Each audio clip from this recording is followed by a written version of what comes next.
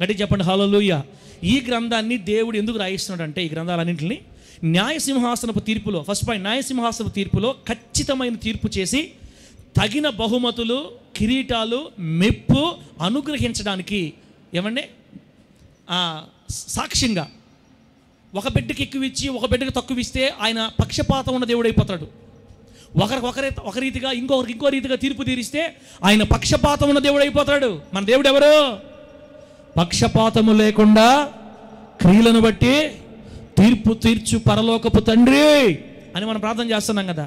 ఆయన దగ్గర పక్షపాతం ఉండకూడదు కాబట్టి ఎవరెవరికి వారి వారి సత్క్రియలను బట్టి, వారి వారి స్థాయిని బట్టి, వారి వారి భక్తిని బట్టి సరి అయిన తీర్పు తీర్చడానికి, సరి అయిన కిరీటాలు, సరి అయిన బహుమతులు, సరి అయిన మెప్పు వారికి అనుగ్రహించే విధంగా వీలుగా వాళ్ళన్నీ దేవుడు రికార్డ్ చేయిస్తున్నాడు. కాబట్టి గ్రంథాలు కావాలి. నంబర్ 1. రెండో పాయింట్ ఏంటంటే, మన సత్క్రియలకు ప్రతిఫలంగా, మన సత్క్రియలు అంటే ఈ భూమి మీద మనం చేస్తున్నామే, మంచి కార్యాలు చేస్తున్నామే, నీతిగా, పరిశుద్ధంగా, యథార్థంగా, భక్తిలో బతుకుతున్నామే, ఈ సత్క్రియలకు ప్రతిఫలంగా భూమి మీద మనలను గణపరచడానికి, అబ్బా ఎక్కడ, ఈ భూమి మీద మన నీతిమంతులుగా జీవిస్తే ఈ భూమి మీద మనల్ని గణపరచాలి. దేవుడు గణపరచాలా? ఈ భూమి మీద మనల్ని గణపరచడానికి, అలాగే పరలోకంలో కూడా మన సత్క్రియలకు తగిన స్థాయి నిర్ణయించాలి. కాబట్టి ఇప్పుడు 1000 ఏళ్ల పరిపాలనలో మనకు స్థాయి కావాలి. అది మూడో పాయింట్. 1000 ఏళ్ల పాలనలో సరి అయిన గౌరవం అనుగ్రహించడానికి గ్రంథాలు కావాలి. పరలోకంలో మన స్థాయి నిర్ణయించడానికి గ్రంథాలు కావాలి. ఈ భూమి మీద మనం అనుసరిస్తున్న నీతిని బట్టి ఈ భూమి మీద కూడా మనల్ని కనపరచడానికి, ఆస్వాదించడానికి బుక్కులు కావాలి, గ్రంథాలు కావాలి. రేపు సింహాసనాల ముందు తీర్పు విషయంలో, తీర్పు దగ్గర ఎవరెవరికి వారి వారి స్థాయిని బట్టి ఖచ్చితమైన తీర్పు చేయాలి. కాబట్టి గ్రంథములు అవసరం. ఆమేన్ చెప్పండి గట్టిగా హల్లెలూయా. అమ్మా పెద్ద విషయం చెప్పట్లా మీకు. కోర్టు దగ్గరకు పోతే అర్థమైపోద్ది మనకి. కోర్టు దగ్గర పోతే అన్ని వాళ్ళకి ఏం కావాలన్నా, కోర్టు దగ్గర పోతే అన్ని వాళ్ళకి ఏం కావాలా? మా బాంధవుని ఎడ చూస్తున్నాడంటే, నువ్వు నాయనా అన్నా నేను నమ్మనన్నా, ఇవన్నీ పరలో నేను నమ్మను. మీకు విషయం తెలుసా?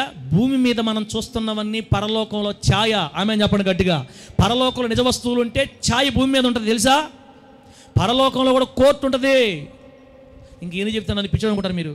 పరలోకంలో కూడా కోర్టు, అది పరలోక విశ్వమంతటికి కోర్టు. ఇప్పుడు మన కోర్టులోకి వెళితే వాళ్ళు కోర్టు, అందుకే ఏందో పాపం న్యాయదేవతకి కళ్ళు కట్టేసి, న్యాయదేవత కళ్ళు మూసేసి నల్ల గుడగట్టేసి నిలబెట్టుకుంటారు పాపం. ఈ కోర్టులోకి పోయి అబద్ధ సాక్ష్యాలు సృష్టించి, వాళ్ళకి ఏం సాక్ష్యాలు కావాలంతే, వాళ్ళు ప్రూఫ్స్ చూపించాలి. ఆ కాగితాల మీద రాసుకొని అదంతా ఏంది జరిగింది, ఎక్కడ జరిగింది, ఎవరు వచ్చారు, మొత్తం వాళ్ళు ప్రూఫ్స్ ఇస్తేనే కోర్టు నమ్మద్ది.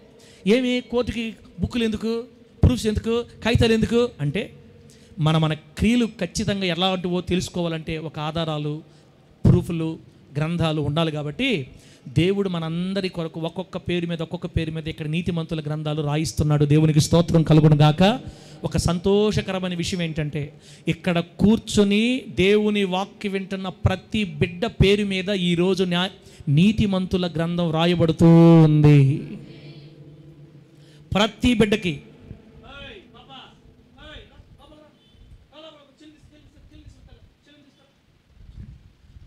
ప్రతి వ్యక్తి మీద, ప్రతి వ్యక్తి పేరు మీద నీతిమంతుల గ్రంథం రాయబడుతుంది. ఇక్కడ మీరు నమ్మినా మీరు నమ్మకపోయినా 100% అక్షరాల వాస్తవమైన సంగతి.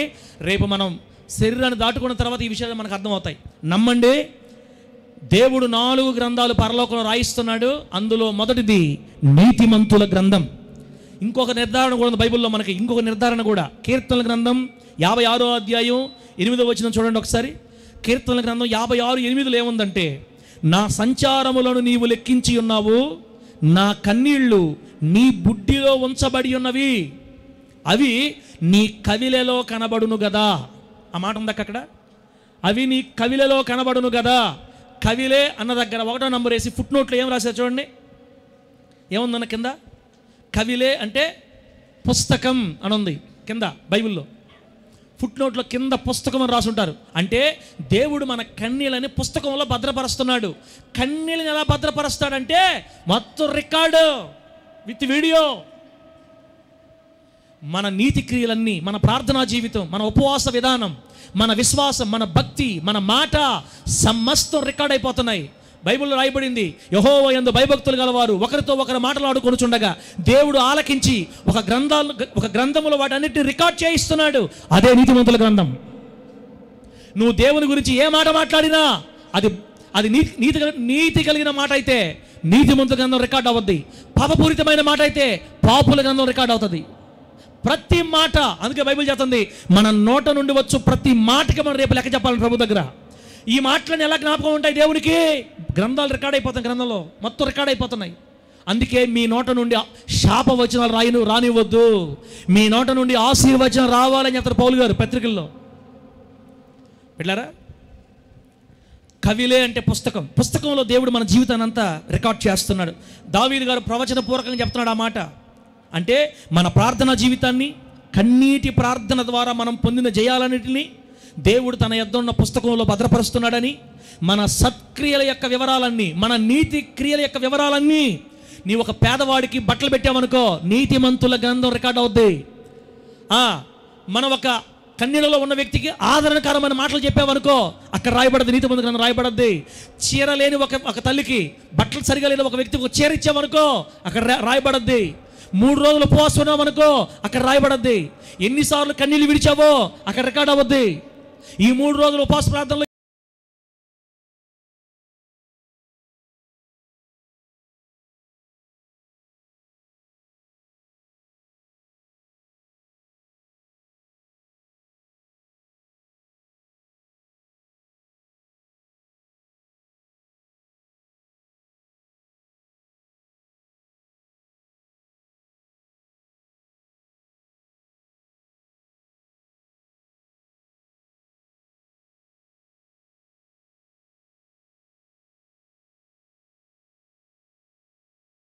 ఆరో అధ్యాయంలో, ఎస్తేరు గ్రంథం 6వ అధ్యాయంలో రాజైన అహష్వేరోషుకి ఒక రోజు రాత్రి నిద్ర పట్టకపోతే తన పరిచారకులకు చెప్తారు, రే రాజ్య సమాచార గ్రంథం తెచ్చి చదువురా, నాకు నిద్ర రావట్లేదంటే రాజ్య సమాచార గ్రంథం తెచ్చి వాళ్ళు చదవడం ప్రారంభిస్తారు.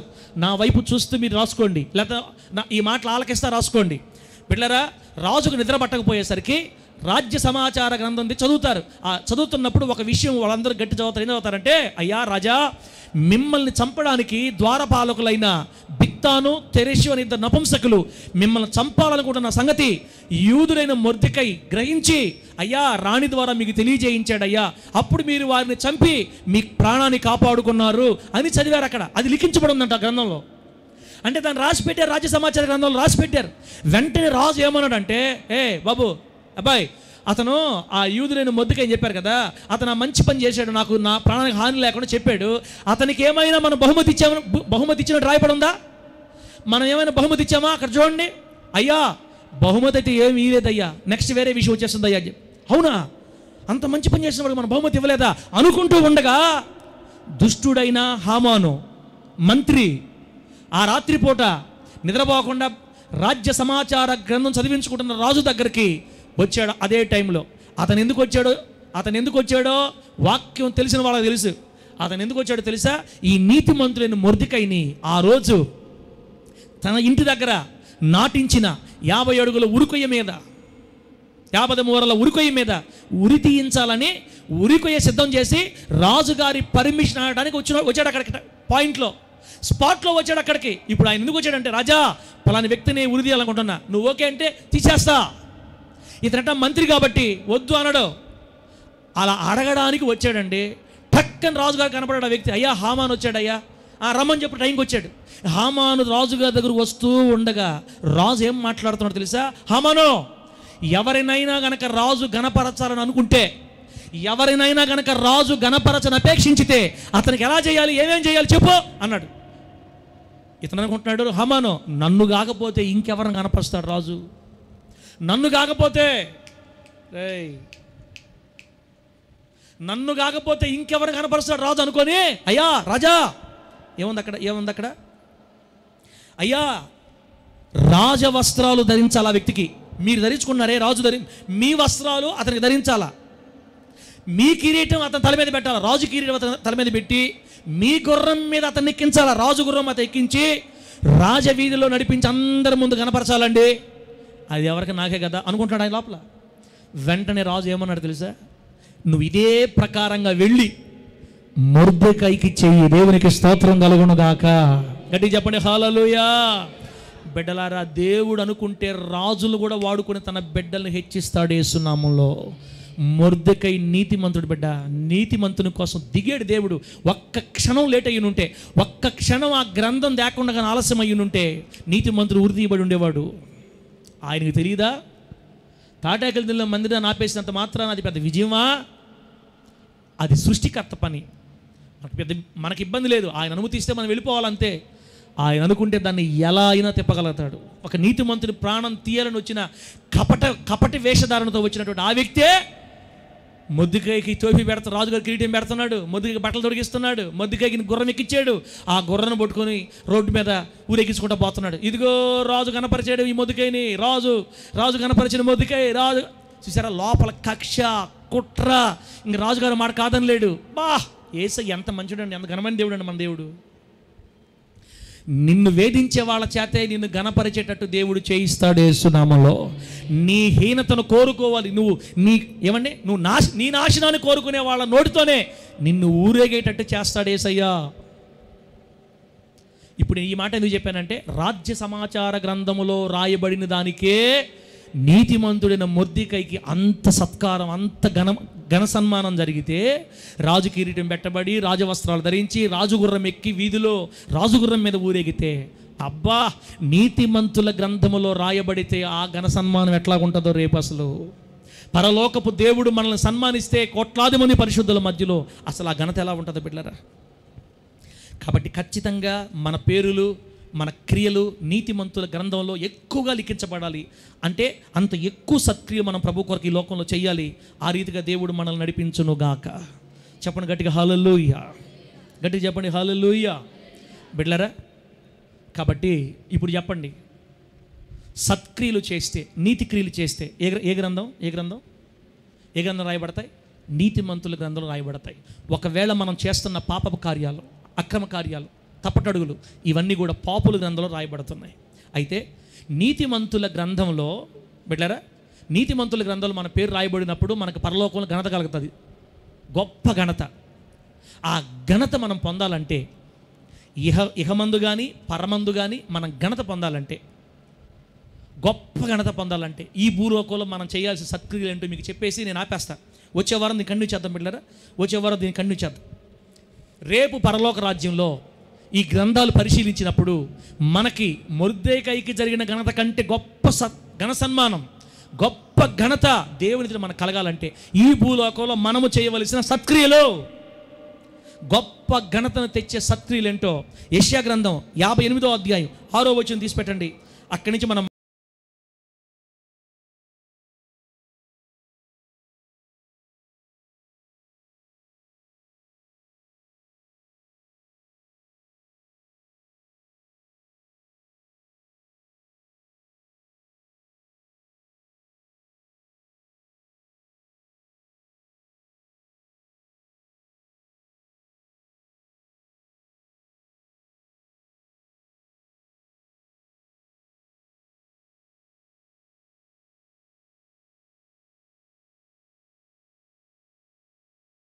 కట్లు ఆంధ్రయ దుర్మార్గులు కట్టిన కట్లను విప్పాలి.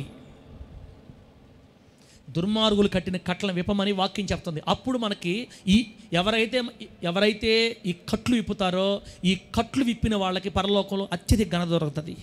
అంటే ఎలా సార్, పాస్టర్ ఎలా అర్థం చేసుకోవాలన్నా మనం దాన్ని? కట్లు విప్పడం అంటే దుష్ట సహవాసం వలన బంధించబడిన వారిని, దుష్టుల స్నేహాలలో బంధించబడిన వారిని, లేదా పాపపు బంధకాలలో బంధించబడిన వారిని ఎవరైతే తప్పిస్తారో వాళ్ళకి పరలోకంలో గొప్ప ఘనత కలుగుతుంది. దేవునికి స్తోత్రం కలుగునుగాక. రెండో పాయింట్, కాడిమాను మోకులు తీయుట. రెండో పాయింట్ అక్కడే ఉంది, కాడిమాను మోకులు తీయుట. అంటే అర్థం ఏంటంటే, మోకులు ఉన్నంత వరకు ఎద్దులు కాడి నుండి వేరు కాలేవు. మోకుతో కాడి గట్టేస్తే ఆ ఎద్దు కాడితోనే పోవాలా. మనం ఏం చేయాలంటే ఆ మోకులు ఇప్పదీసేయాలి. మోకులు ఇప్పదీయటం అంటే ఎవరి జీవితాల్లో అయితే మోకులు వంటి దుర్మార్గ సహవాసపు కార్యాలు, పాపిష్టి కార్యాలు, కాడిమాను మోకులు వంటి భయంకరమైన పాపపు బంధకాలు ఎవరైతే బంధించబడున్నారో, అంతా ఒకటే అర్థం పెట్టారా, అంతా ఒకటే అర్థం. దుర్మార్గులు కట్టిన కట్లైనా కాడిమాను మోకులైనా అంత పాపమే. ఎవరైతే ప్రజలు పాపంలో బంధించబడున్నారో, సాతాను కట్లలో బంధించబడున్నారో, సాతాను యొక్క భయంకరమైన ఊబులో కూరుకుపోయి ఉన్నారో, కాడిమాను మోకులతో బంధించబడి ఉన్నారో, మనం ఆ మోకులు తీసి దుర్మార్గుల సహవాసము నుండి వారిని వేరు చేయటానికి మనం వాళ్ళకి సహాయం చేయాలి. దేవునికి స్తోత్రం కలుగునుగాక. మూడోది, బంధింపబడిన వారిని విడిపించాలి. మూడో సత్క్రియ రెడీయా? బంధింపబడిన వారిని విడిపించాలి అంటే సాతాను బంధకాలలో పడిపోయి దుర్వ్యసనాల పాలైన వారిని ఆ దుర్వ్యసనములలో నుండి విడిపించాలి. ఇప్పుడు మీరు అంటారు, ఏమయ్యా పాస్టర్ అన్న, మనం ఏమైనా దేవుళ్ళు ఏమైనా విడిపించేదానికి? తాగుబోతోని తాగుడి నుంచి విడిపించాలంటే మనం ఏమైనా దేవుళ్ళమా? మనం ఎలా విడిపించగలమన్నా? నేను చెప్తాను, నువ్వు ఎలా విడిపించాలో తెలుసా? నేను చెప్పాను ముందుగానే మీకు ఒక 10 కుటుంబాలు రాసి పెట్టుకొని, ఈ 10 కుటుంబాల గురించి ప్రతి ఉదయాన ప్రతి సాయంత్రాన మోకాళ్ళ మీద కన్నీళ్లు విడిచి ప్రార్థన చేస్తూ ఉంటే ఒకానొక దినాన ప్రార్థన శక్తి వాడి బంధకాలు తెంపేస్తుంది యేసు నామములో. గట్టి చెప్పండి హల్లెలూయా. మీకు ఇంకో విషయం తెలుసా? ఒకవేళ తెగినా తెగకపోయినా నీవు మాత్రం ప్రయాసపడుతున్నావు. ఇక్కడ అది కావాలి దేవుడికి, మన ప్రయాస కావాలి. కనీసం ఒక 5 కుటుంబాల లిస్ట్ రాసుకొని ఆ 5 కుటుంబాల గురించి ఒక సంవత్సరం రోజులు ప్రార్థన చేస్తే దేవుడు కనీసం ఒక్కరన్నా తాకడా? మోనికా అనే స్త్రీ తన కుమారుడైన అగస్టీన్ కోసం 18 సంవత్సరాలు ఏడ్చిందంట ప్రార్థనలో. ఎన్ని సంవత్సరాలక? ఎన్ని సంవత్సరాలు? 18 సంవత్సరాలు. మనం ప్రార్థన చేస్తామా? ఒక సంవత్సరం చేస్తే, ఒక నెల చేస్తే అబ్బాయి ఆడ చేద్దాం, అబ్బా మనమంతా మన ప్రార్థన జవాబు రావడంలో తన కొడుకు మారు మనసు కోసం పాపపు ఇచ్చలలో ఆల్రెడీ వివాహం అయిపోయిన స్త్రీని చెరపట్టి ఆమె ఇతను చెరపరుచుకుంది. ఇతను యువకుడు, ఇతని పెళ్ళైన స్త్రీ ఇతను లాగేసుకుంది. అక్రమ సంబంధం పడిపోయి ఉన్నాడు తన కొడుకు. ఆమెకేమో ఇతను సేవ చేయాలని ఆశ తల్లికి. తన కుమారుడు ఆ ఊబిలో నుండి బయటికి రావడానికి 18 సంవత్సరాలు పడితే ఆ 18 సంవత్సరాలు ఏడుస్తూనే మీకు ఒక విషయం తెలుసా? ఆమె చచ్చిపోయిన తర్వాత కొడుకు మారు మనసు పొందాడు. తల్లి చనిపోయిన తర్వాత ఆ యవనస్తుడు లేదా ఆ వ్యక్తి మారు మనసు పొందిన తర్వాత సాక్ష్యం ఏం చెప్పేవాడు తెలుసా? మా అమ్మ కన్నీళ్లలో నేను యేసయ్య దగ్గర కొట్టుకొని వచ్చాను. అబ్బా, మా అమ్మ కన్నీళ్లలో నేను యేసయ్య దగ్గర కొట్టుకొని వచ్చా. మా అమ్మ ఏడ్చిన కన్నీళ్ళే నన్ను దేవుడు ప్రభు దగ్గర తీసుకొని వచ్చాయి. అది రాయబడతాయి నీతిమంతుల గ్రంథంలో, అవి రికార్డ్ చేయబడతాయి. వేళ్ళకి ఘనత పరలోకం రేపు, వేళ్ళకి మహాఘనత. తమ్ముడా, కనీసం 5 కుటుంబాల గురించి నీకు బాధ్యత లేదా? కనీసం 2 కుటుంబాల గురించి నీకు బాధ్యత లేదా? ప్రతి ఉదయాన ప్రతి సాయంత్రాన మోకాళ్ళ మీద నువ్వు ప్రార్థన చేస్తూ ఉంటే ఒకానొక రోజు తన కుమారుడు బంధకాలు తెంపి దేవుడు రక్షణలో తీసుకొచ్చినట్లుగా సాతాను బంధకాల నుంచి ఏం చెప్పాను మీకు? మూడోది ఏం చెప్పాను? బంధింపబడిన వారిని విడిపించాలి. కాడిమాను మోకులు విప్పాలి. దుర్మార్గులు కట్టిన కట్లను విప్పదీయాలి. వాళ్ళకి పరలోకంలో ఘనత. పిల్లరా, 4వది, ప్రతి కాడిని విరగొట్టి, అనగా ఎవరెవరైతే పాపంలో బంధకాల్లో పడున్నారో వారందరినీ బయటపడే విధంగా మనం ప్రయత్నం చేయాలి. బిడ్డ, మనం చేయలేం, మనం విడిపించలేం, ప్రయత్నం చేయొచ్చు. ప్రార్థన ద్వారానే సమస్తం మనం సాధించగలం. దేవునికి స్తోత్రం కలుగును గాక. ప్రార్థన ద్వారానే మనం సమస్తం సాధించగలం. 2 ఎకరాలు ఖచ్చితంగా మనం నెల్లూరులో కొంటామంటే ఆమె చెప్పండి గట్టిగా, విత్ ఫ్రీ. ఇది రోషం అంటే, విత్ ఫ్రీ.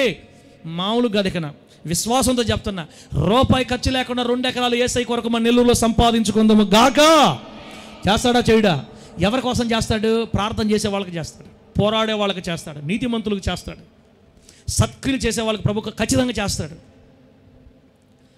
ప్రతి కాడిని విరగొట్టి ప్రతి బంధకాల నుంచి మనం ప్రజలు బయటపడేటట్లుగా మన ప్రయత్నం చేయాలి. వాళ్ళకి పరలోక రాజ్యంలో దేవుడు గొప్ప ఘనతను కలుగు చేస్తాడు. దేవుని నామానికి మహిమ కలుగును గాక. చెప్పండి గట్టిగా హల్లెలూయా. మనం వాక్యం స్టార్ట్ చేసి 50 నిమిషాలు అయింది. ఇంకో 10 నిమిషాలు ఆపేద్దాం, చప్పట్లు కొడతాం. స్తోత్ర ఆమేన్.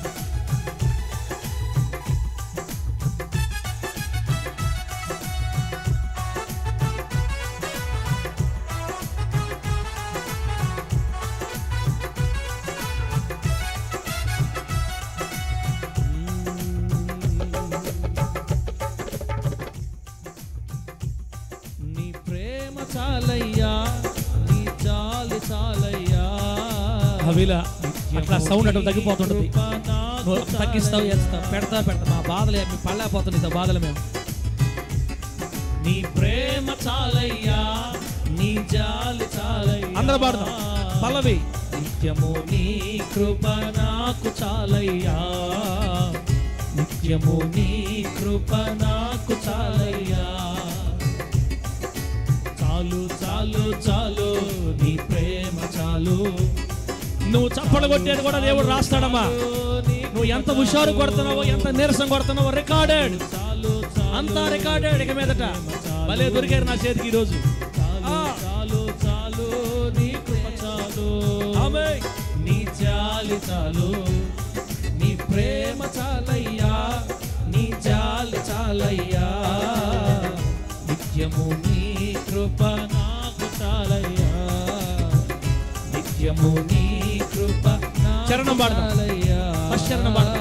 దేవునికి స్తోత్రం కలుగును గాక.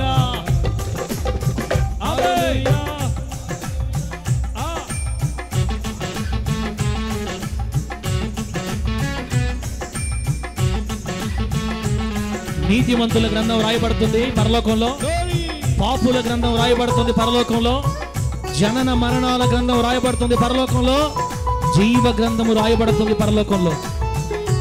ఈ 4 గ్రంథాలు రేపు విప్పబడతాయి మన ముందు. బిడ్డ, మన పాప కార్యాలన్నీ పాపుల గ్రంథంలో, నీతి కార్యాలన్నీ నీతిమంతుల గ్రంథం రాయబడతా ఉన్నాయి. నీ చరిత్ర ఏ గ్రంథంలో ఎక్కువ ఉంది చూసుకోవాలి మనం ఈరోజు. ఏ గ్రంథంలో ఎక్కువ ఉంది? హల్లెలూయా,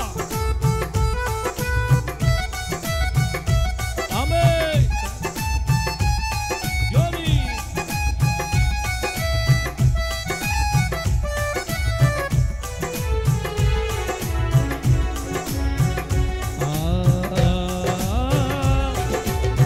అహరోను కర్రను నీ సన్నిధిలో చిగురింపజేసిన మహనీయుడవు. హుషారుగా అహరోను కర్రను నీ సన్నిధిలో చిగురింపజేసిన మహనీయుడవు. మోడు బారిన నా జీవితమును ఫలభరితముగా మార్చిన యేసయ్యా. మోడు బారిన నా జీవితమును ఫలభరితముగా మార్చిన యేసయ్యా.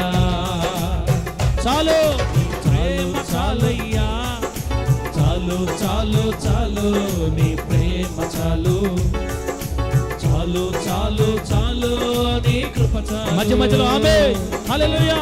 అన్నయ్య కూడా రాస్తాడు, అనబాకండి మీరు, అనబాకండి, నీరసంగా బొమ్మలాగా ఉండండి. చాలు చాలు నీ కృప చాలు, నీ జాలి చాలు, నీ జాలి చాలు, నీ ప్రేమ చాలయ్యా, నీ జాలి చాలయ్యా. నిత్యము నీ కృప నాకు చాలయ్యా, నిత్యము నీ కృప నాకు చాలయ్యా. హల్లెలూయా. దేవుని నామానికి మహిమ కలుగును గాక. ముఖాలలో కాస్త వెలుగు ఉద్భవించింది. ఆ వెలుగు ఆరిపోయే లోపల ఆపేస్తా. 5-10 నిమిషాలు మాట అంటే మాట, 55 నిమిషాలైంది మనం స్టార్ట్ చేసి. ఇప్పుడు పరలోక రాజ్యములో రేపు మనం అత్యధిక ఘనతను పొందాలంటే భూమి మీద చేయవలసిన సత్క్రియల గురించి ధ్యానం చేస్తున్నాం. అది 1, దుర్మార్గులు కట్టిన కట్లు విప్పాలి, కాడిమాను మోకులు తీయాలి, బంధింపబడిన వారిని విడిపించాలి, ప్రతి కాడిని విర్రగొట్టి అనేక దుర్వ్యసనాలు పాలైన వాళ్ళని బయటపడే విధంగా ప్రార్థన కన్నీళ్లతో మనం ప్రయత్నం చేయాలి. 5ది నీ ఆహారము ఆకలి కొనిన వారికి పెట్టాలి. ఏం చేయాలి? నీ ఆహారం ఆకలి కొనిన వారికి పెట్టాలి. మరి రాబా, మళ్ళీ రాబా అని కొందరు ఎంత ఘోరంగా మాట్లాడతారంటే, గ్లాసు కూడా ఎక్కువ అంటారు. మళ్ళా చిన్న ఎంగిలి చేతితో కాకిని కూడా తరమరంటారు చూడండి. ఆ సంఘానికి వీళ్ళు అధ్యక్షులు. అన్న ఇసాకన్నా ఆ సంఘానికి వీళ్ళు అధ్యక్షులు. పో అంటే ఎక్కడ ఈ చేతుకున్న బిడ్డ అన్ని రికార్డ్ అవుతున్నాయి దేవుడి దగ్గర, జాగ్రత్త, అన్ని రికార్డ్ అవుతున్నాయి. నీ ఆహారం ఆకలి కొనిన వారికి పెట్టాలి. దిక్కుమాలిన బీదలను నీ ఇంట చేర్చుకోమని యెషయా గ్రంథం రాయబడి ఉంది మాట. దిక్కుమాలిన బీదలను నీ ఇంట్లో చేర్చుకోండి. వస్త్రహీనుడు నీకు కనబడినప్పుడు వానికి వస్త్రములు ఇవ్వాలి. మన దగ్గర బీరువాల్లో ఉంటాయి 30 జతలు ఉంటాయి. ఏది మనిషి కట్టదు, సూపుడు కొండాల. బీరువా ఓపెన్ చేయటం, కంటి నిండా ఉన్నాయి నాయన, మళ్ళీ బీరువా వేసుకోవటం, ఈ ఎక్క వేసుకునేది, ఈ బెడ్ వేసుకుని ఆ 4 చీరలే, ఆ 4 ఆ డ్రెస్సులే, సూపుడు మాత్రం ఉండాలి. కిసాన్ నగర్లో మేము ఇంట్లో ఉన్నప్పుడు హక్కు ఉండేది మా వెనక. ఎందుకులే మళ్ళీ బాధలు వస్తాయి. వచ్చిన ప్రతి ఒక్కడి దగ్గర 4 జతలు 8 నైటీలు కొనింది. 8 నైటీలు ఎప్పుడు వేసుకుంటుంది? పాస్టర్ చెప్తా, పాస్టర్ అక్క రా, ప్రతిదానికి సార్ అన్నను అడగాలి చెప్తుంటావా? అన్నను అడగకుండా ఏం చేయవు నువ్వా, రైటా? 50 రూపాయలు తగ్గిస్తాడంట, 9 నైటీలు తీసుకుని అంటుంది. నాకు అన్ని ఎందుకులే చెల్లిదా కానీ నువ్వు తీసుకోక ఆ వ్యాపారస్తుడికి న్యాయం చేస్తుంది అనమాట. ఆయన చెప్తుందంట, అక్క నాకు 2 బీరువాలు నిండా చీరలు ఉన్నాయి, అయినా కొనాలనిపిస్తూ ఉంటుంది. ఇప్పుడు మన అభివందనాలు ఎవరు చెప్పాలంటే ఆమె భర్తకు చెప్పాలి అభివందనాలు. అంటే 2 బీరువాల నిండా చీరలు కొనిచ్చినందుకు డబ్బు ఇచ్చింది ఆయనే కదా, ఆ అన్నకు చెప్పుకోవాలి అభివందనాలు. నాయన ఇష్టాడే భార్యకి నువ్వు ఇంత త్యాగం చేస్తున్నావంటే నువ్వు గొప్పోడివి, ఈమె కాదు గొప్పది. దేవుని వాక్యలో రాయబడింది, మన వస్త్రాలు పాతవైన తర్వాతే మనం కొత్తవి కొనాలి. గుర్తుపెట్టుకోండి బిడ్డలారా. మన ధనం విషయంలో కూడా దేవుడు లెక్క చెప్పాలి. 4 చీరలు కొంటే ఆ 4 చీరలు పూర్తిగా మాసిపోతున్నాయి, ఇబ్బంది అయిపోతుంది అన్నప్పుడే మనం కొత్తది కొనాలి. అవి కూడా 2 కొనాలి, మరలా అవి వాడాలి. అవి మాసిపోతే మళ్ళీ కొత్తగా అంతే తప్ప దీన్నే వెలగల వస్త్రాలు కొంటామంటారు. మిగులు వెలగల వస్త్రాలు కొనటం ప్రభుకి ఇష్టం ఉండదంటే అవసరం లేకుండా అనవసరమైన వస్త్రాలు కొని 2 రోజులు వేసుకొని బీరువాలో పెడుతుంటారు. ఇక పిల్లలకు కూడా విచ్చవి కొనేస్తుంటారు డైరీలు. లేరా ఏమరా అబ్బాయి, ఆ బట్టలు వేసుకునేది పెట్టేది లేదు, 2 వారాలు వేసుకుంటారు, 1 నెల వేసుకుంటారు, ఎత్తి పెట్టేస్తూ ఉంటారు. మళ్ళీ వాటిని మళ్ళీ ఎవరికి ఎవరు సూపుడు కొండాలి వినయ్, సూపుడు కొండాలి. చెవులకు పెట్టుకునేది 2 గుంటే చాలదా, 2 గుంటే చాలదా? కమల 8 జతలు కొని పెట్టుకుందాం మనిషి, ఆ 2 వాడుతుంటుంది, అవి పక్కనే ఉంటాయి. దువ్వడానికి దువ్వెలు ఎన్ని కావాలా? 2 చాలు. 10 చిన్న దువ్వెను, పెద్ద దువ్వెను, ఇంకో పెద్ద దువ్వెను. దేవుడిచ్చిన సొమ్ముని, దేవుడిచ్చిన ధనాన్ని, మనకిచ్చిన డబ్బు వ్యర్థం చేసుకోవటం. ఆ ఎన్ని మళ్ళీ కొంతమంది మొఖాలు మారిపోతాయి, బిడ్డలు బాధపడతారు. అన్న ఇది కూడా రాస్తాడా? అవి కూడా రాస్తాడు. నువ్వు దేవుని డబ్బు ఎంత వ్యర్థం చేస్తున్నావు, దేవుడికి ఇచ్చిన సొమ్ముని ఎంత వ్యర్థం చేస్తున్నావో, దేవుడికి ఇచ్చిన డబ్బుని ఎంత కరెక్ట్గా వాడతావో కూడా లెక్క అన్నీ బిడ్డ. ప్రతిదీ ప్రభు చెప్పాడు. ముందు రేపు వారం చూద్దాం మనం. ప్రతిదీ నీ నోట నుండి వచ్చు ప్రతి మాటకి లెక్క చెప్పాలంటే ప్రతి క్రియకు కూడా మనం లెక్క చెప్పాలి, జాగ్రత్త పడాలి. వస్త్రహీనుడు కనబడ్డప్పుడు వానికి వస్త్రాలు ఇవ్వాలి బిడ్డలారా. 8వది, ఆశించిన దానిని ఆకలి కొనిన వానికిచ్చి శ్రమ పడిన వారిని తృప్తిపరచమని దేవుడు చెప్తున్నాడు. ఇలా చేస్తే పరలోకమందు మనకు అత్యధిక ఘనత కలుగుతుంది. దేవుడికి స్తోత్రం కలుగునుగాక. ఆకలి కొన్నవాడు ఆశించేది ఏం తమ్ముడా? కేజీ బంగారమా? స్టెఫను, ఆకలి కొనినవాడు ఆశించేది ఏంది? అంత ఆహారం. శ్రమ పడిన వాడిని తృప్తిపరచాలంట. కొంతమంది పనులు చేయించుకుంటారు, పొలం పనిలో, ఇంటి పనిలో మొత్తం చేయించుకొని డబ్బులు ఇవ్వకుండా తిప్పుతూ ఉంటారు వాళ్ళని. రేపురా ఏమీమా, మేము ఊరు వదిలిపోతామా ఏందే, మేము వెళ్ళేవా, రాపో, 1 వారం తర్వాత ఇస్తాంలే, తిప్పుతూ ఉంటారు.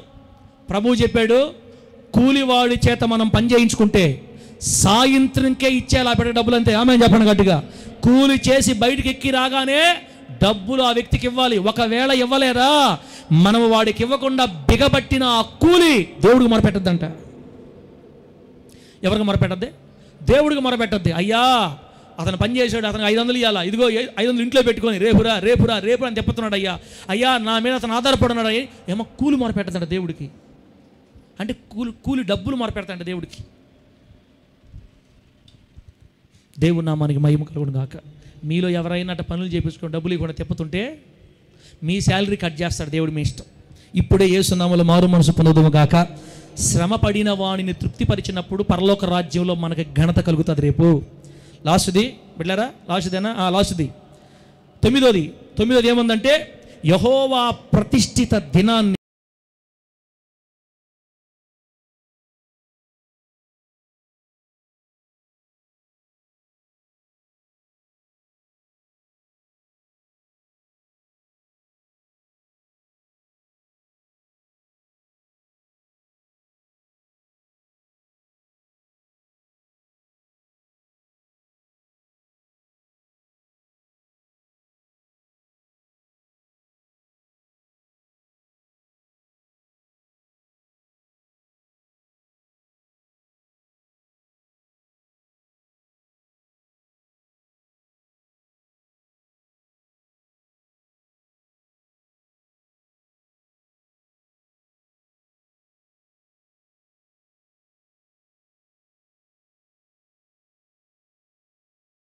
2, ఇతరులను బాధించకూడదని రాయబడి ఉంది. అదే 58వ అధ్యాయం యెషయా గ్రంథంలో. ఇతరులు ఏం చేయకూడదు? ఏదో ఒకటి కానీ అనబాకండి. ఇతరులనే బాధించకూడదు. నువ్వు పొరుగువాడిని ఏ విషయంలో బాధ పెట్టినా పాపుల గ్రంథంలో నీ పేరు రాయబడిపోద్ది. నీ చరిత్ర మొత్తం డేటా రికార్డెడ్. మాటల పూర్వకంగా వాళ్ళని బాధ పెట్టావా, క్రియల పూర్వకంగా బాధ పెట్టావా, వాళ్ళ గురించి కొన్నేళ్ళు చెప్పావా, ఏ విధంగా నువ్వు వాళ్ళని బాధ పెట్టావో మొత్తం రికార్డ్ అయిపోద్ది పాపుల గ్రంథంలో. బిడ్డ ఇప్పుడు చెప్పండి, అసలు వేరే వాళ్ళతో మనకు ఎందుకు వచ్చిన బాధలండి? మూడో రాయబడింది, ఇతరులను వ్రేలు పెట్టి చూపి తిరస్కరించుట చేయకూడదు. ఇతరులు వ్రేలు పెట్టి చూపి, అదిగో ఆ అమ్మాయి వల్ల ఆ అమ్మాయి అట్ట, వాడిట్ట, వీడిట్ట, ఈమిట్ట, నీకు తెలీదా? వ్రేలు పెట్టి చూపి తిరస్కరించిన మరుక్షణమే నీ చరిత్ర, నీ డేటా మొత్తం రికార్డ్ చేస్తాడు దేవుడు అక్కడ పాపుల గ్రంథంలో. ఈ లెక్క ప్రకారం చెప్పండి, ఎన్ని నోళ్ళు ఆడుతున్నాయి వారంలో? ఈ వారం ఎన్ని నోళ్ళు ఆడాయి? ఇప్పుడు మళ్ళీ మనం ఇప్పుడు యేసయ్య రక్తంలో, యేసయ్య శరీరంలో చేతులు వేయాలి. మళ్ళా ఇతరులు వ్రేలు పెట్టి చూపి తిరస్కరిస్తే దేవుడు బాధపడతాడు, గ్రంథం రికార్డ్ చేస్తాడండి. ఇతరులు బాధ పెట్టకూడదు, వ్రేలు పెట్టి చూపి తిరస్కరించి కించపరిచి మాట్లాడకూడదు. 4వది, ఇతరుల చెడ్డదానిని బట్టి మనం మాట్లాడకూడదు. అబ్బా ఇతరులు, నేను ఫస్ట్ నుంచి చెప్తున్నా మీకు ఈ మాటలన్నీ. ఎవరన్నా పడిపోతే, పాపంలో జారిపోతే, తెలుసో తెలియకో వాళ్ళ జీవితం కొంచెం తప్పుడు స్థితిలోకి వెళితే పొరపాటును కూడా నీ నోరు వాళ్ళ చెడుతనాన్ని బట్టి పొరపాటును మాట్లాడకూడదు అని నేను చెప్పట్లేదు, వాక్యంలో రాయబడింది. పాపుల గ్రంథములో మన చరిత్ర మొత్తం రికార్డ్ చేయబడాలంటే మాట్లాడుకోవచ్చు, ఇబ్బంది లేదు. ఇవన్నీ రేపు తీర్పులోకి వస్తాయి. ఎవరెవరి గురించి వేలు పెట్టి చూపి మాట్లాడేమో, వాళ్ళ చెడుతనాన్ని మాట్లాడేమో, చెడుతనం గురించి మాట్లాడేమో, నన్ను అంటుంది అది నన్ను అంటుందే, దాన్ని బతుకు అని ఎన్నిసార్లు మనం అన్నామో, అన్ని రికార్డు ఉన్నాయి ప్రభు దగ్గర. ఇతరుల చెడ్డదానిని బట్టి మాట్లాడడం మనం ఇప్పుడే మానేయాలి. మానకపోతే పాపుల గ్రంథాలు రాయబడతాయి. 5వది, విశ్రాంతి దినాన వ్యాపారాలు చేస్తారు కొంతమంది. తమ్ముళ్ళని నేను చెప్తున్నా, ఆరాధన దినాన వ్యాపారాలు చేస్తే, ఆరాధన దినాన నీ షాపు ఓపెన్ చేస్తే ఖచ్చితంగా పాపుల గ్రంథం రాయబడద్ది. విశ్రాంతి దినాన వ్యాపారం చేయొద్దని వాక్యంలో ఉంది.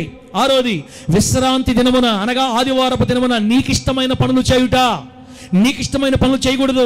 ఏ పనులైతే నీకు ఇష్టమో ఆదివారం పూట లోక వార్తలు చెప్పుకోవటం, లోక సంబంధం సంగతులు చూసుకోవటం అన్ని కట్టిపెట్టి విశ్రాంతి దినాన దేవునికి ఇష్టమైన పని చేయాలి, అనగా ఆయన ఆరాధించాలి. 7వది, విశ్రాంతి దినాన లోక వార్తలు చెప్పుకోకూడదు. రాజకీయాలు ఏం జరిగాయి, క్రికెట్లు ఎవరు గెలిచారు, ఇవన్నీ ఆదివారాలు పూట మనకు అవసరం లే, పరుగున ప్రభు దగ్గర రావాలా. 8వది, ఉపవాస దినాన మీరు మీ వ్యాపారము చేయొచ్చు. మీ ఇంట్లో పనివారి చేత కఠినమైన పని చేయిస్తున్నారు. ఆదివారాల పూట ఇంట్లో పనిచేసే వాళ్ళకు కూడా పని తగ్గించాలంట. ఈ రోజులకు కాదులే, ఆ రోజులు ఇట్లా ఉండేవాళ్ళు. లాస్ట్ మాట, మీరు ఆదివారం పూట కలహపడుతున్నారు, వివాదాలు పెట్టుకుంటున్నారు, తగులు ఆడుకుంటున్నారు, గుద్దులు ఆడుకుంటున్నారు, అన్యాయంగా గుద్దులు ఆడుతూ ఉపవాసం ఉంటూ చర్చిక శాస్త్రం అల్లెలు ఆమెనంట వస్తున్నారు ఎవరు తెలియనట్టుగా. ఇంటికి బయలుదేరి వచ్చేటప్పుడు బక్కి 2 గుద్దులు గుద్దేది భార్యని. బయట చెప్పాకు ఏంది, ఇస్రాయల్ పాస్టర్ సూపుతోని గుర్తుపెట్టేస్తాడు, జాగ్రత్త, ఏం మాత్రం బయట పడ్డావో ఏయ్ అని మాట్లాడుకొని హోసత 2 గుద్దులు గుద్దుకొని ఇద్దరు టపా అని సౌండ్లు, వంట రూమ్లో యుద్ధ సౌండ్లు వస్తాయి. మొత్తం కొట్టుకొని ఏం తెలియనట్టుగా క్షోత్రములు యేసు రాజా అంటే వచ్చి కూర్చో ఉంటారు. నాకు తెలియకపోతే దేవుడికి తెలియదా? ఆదివారపు దినాన మీరు అన్యాయంగా గుద్దులు ఆడుకొని, తగులు ఆడుకొని, కలహాలు పెట్టుకొని మళ్ళీ దేవుని మందిరికి వచ్చి కూర్చున్నారే, ఇది నాకు ఇష్టమైన ఉపవాసమా, ఇది నాకు ఇష్టమైన ఆరాధన, నేను దీన్ని కోరుకోలేదు అంటాడు ప్రభు. పరలోకంలో మన గంట ఎక్కువ రావాలంటే ఆదివారం దినాన్ని కానీ, ఉపవాసపు రోజులు కానీ తగులు ఆడుకోకూడదు, కోపాన్ని కంట్రోల్ చేసుకోవాలి, అణుచుకోవాలి, గుద్దులు ఆడుకోకూడదు, గ్రామంలో దేవునికి మహిమకరంగా నిలబడాలి. ఆదివార దినాన్ని కానీ, ఉపవాసం ఉన్న రోజు కానీ వ్యాపారాలు చేయకూడదు, మొత్తం పక్కన పెట్టాలా. మన పని వాళ్ళ చేత కఠినమైన పనులు చేయించకూడదు. ఆదివార దినం కానీ, మన ఉపవాస దినం కానీ లోక వార్తలు చెప్పుకోకూడదు. విశ్రాంతి దినాన్ని వ్యాపారం మొత్తం క్లోజ్ చేయాలి. మనకి ఇష్టమైన పనులు క్లోజ్ చేసి ఘనపరిచి ఆదివార దినాన్ని, పరిశుద్ధమైన ఆ దినాన్ని ఆరాధించి ప్రభుని హృదయపూర్వకంగా ఆరాధించి ప్రభుని సంతోష పెట్టాలి. ఇలా చేసిన వాళ్ళకి రేపు పరలోకంలో ఉన్నతమైన సత్కారాలు, ఉన్నతమైన ఘనము, ఉన్నతమైన ఘనత, ఉన్నతమైన కిరీటాలు సిద్ధపరచబడి ఉన్నాయి నీతిమంతుల గ్రంథాలలో రాయబడిన జాబితా మూలంగా. గట్టి చెప్పండి హల్లెలూయా, చెప్పండి గట్టిగా హల్లెలూయా. ముగిస్తున్నాను బిడ్డలారా. ముగిస్తున్నాను. ఈరోజు నీ చరిత్ర రాయబడుతుంది, నా చరిత్ర రాయబడుతుంది. అన్ని రికార్డెడ్ ప్రభు దగ్గర. ఇప్పటికైనా మించిపోయింది లేదు. ఈరోజే మారు మనసు పొంది ఎక్కడెక్కడ మనం తప్పుడు అడుగులు వేస్తున్నామో జీవితాన్ని చక్కదిద్దుకొని బ్రతుకును మార్చుకొని యేసు రక్తంలో మరొక్కసారి కడగబడి పాపములు క్షమించబడి తిరిగి ప్రభుతో సమాధానం పొంది యేసయ్య శరీరంలో యేసయ్య రక్తంలో తీర్మానం చేసుకొని ఏమండి విడిచిపెట్టి ప్రభుకు ఒక మాట ఇచ్చి అప్పుడు మీరు యేసు రక్తాన్ని యేసయ్య శరీరాన్ని తీసుకోవాలి. అది మనకు ఆశీర్వాదం. ఇంకా పాపంతో స్నేహం చేస్తే, ఇంకా లోకంతో స్నేహం చేస్తే ప్రమాదం మనకే. కనుక ఈరోజే దేవునితో సమాధానం పడి ఆ గ్రంథాల్లో వ్రాయబడుతున్న వాటిని బట్టి మిగులు భయపడి జీవితాన్ని చక్కదిద్దుకొని మారు మనసు పొంది పరిశుద్ధపరచబడి అత్యంత భయముతో జాగ్రత్తతో యేసయ్య కోసం అధికమైన వీలైనంత ఎక్కువ నీతి కార్యాలు చేద్దాం. దేవుడు ఆ రీతిగా మనల్ని నడిపించి ఆశీర్వదించి వర్ధిల్ల చేయును గాక. కళ్ళు మూసుకొని ప్రార్థన చేసుకుందాం బిడ్డలారా.